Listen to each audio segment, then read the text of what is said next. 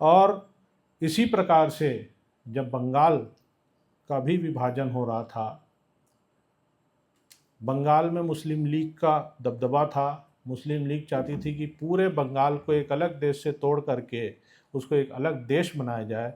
तब उन्होंने उसका विरोध किया और विरोध करते हुए वेस्ट बंगाल को तोड़ करके भारत का हिस्सा बनाया।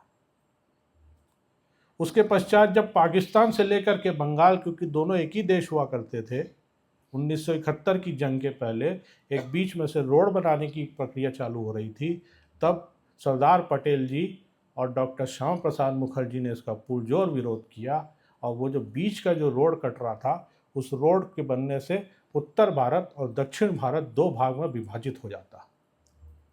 और उन्होंने इसका विरोध करके, इसको रोक करके भारत का विभाजन रोका और साथ ही पाकिस्तान के दो टुकड़े कर लिए। और आगे चल के ये जो बात दो टुकड़े हुए, पाकिस्तान बाद में बांग्लादेश इसीलिए बना था। और इस प्रकार से जब डॉक्टर श्यामा प्रसाद मुखर्जी जी को हम याद करते हैं और उनके बताए हुए कार्यों को याद करते हैं, तब उन्होंने एक मंत्र दिया था, इस देश में दो निशान, दो प्रधान, दो संविधान नहीं चलेंगे।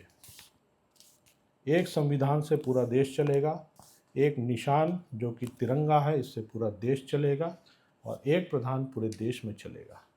इस प्रकार के ऐसे महान विभूति जिन्होंने अपने व्यक्तिगत स्वार्थ को छोड़ करके कश्मीर में जा कर के शहादत दी, और आज भारत का लोकतंत्र अगर अमर है तो ये उन्हीं की वजह से अमर है। आज हम सब उनको याद करते हैं, उनके जो दिखाए हुए रास्ते हैं, उनके जो पॉलिसीज़ हैं, उसके ऊपर चलते हुए आज ये देश इतने विकसित देश की ओर हम आगे बढ़ रहे हैं। आप लोगों ने मुझे बहुत ध्यान से सुना। बहुत बहुत आप लोगों का धन्यवाद।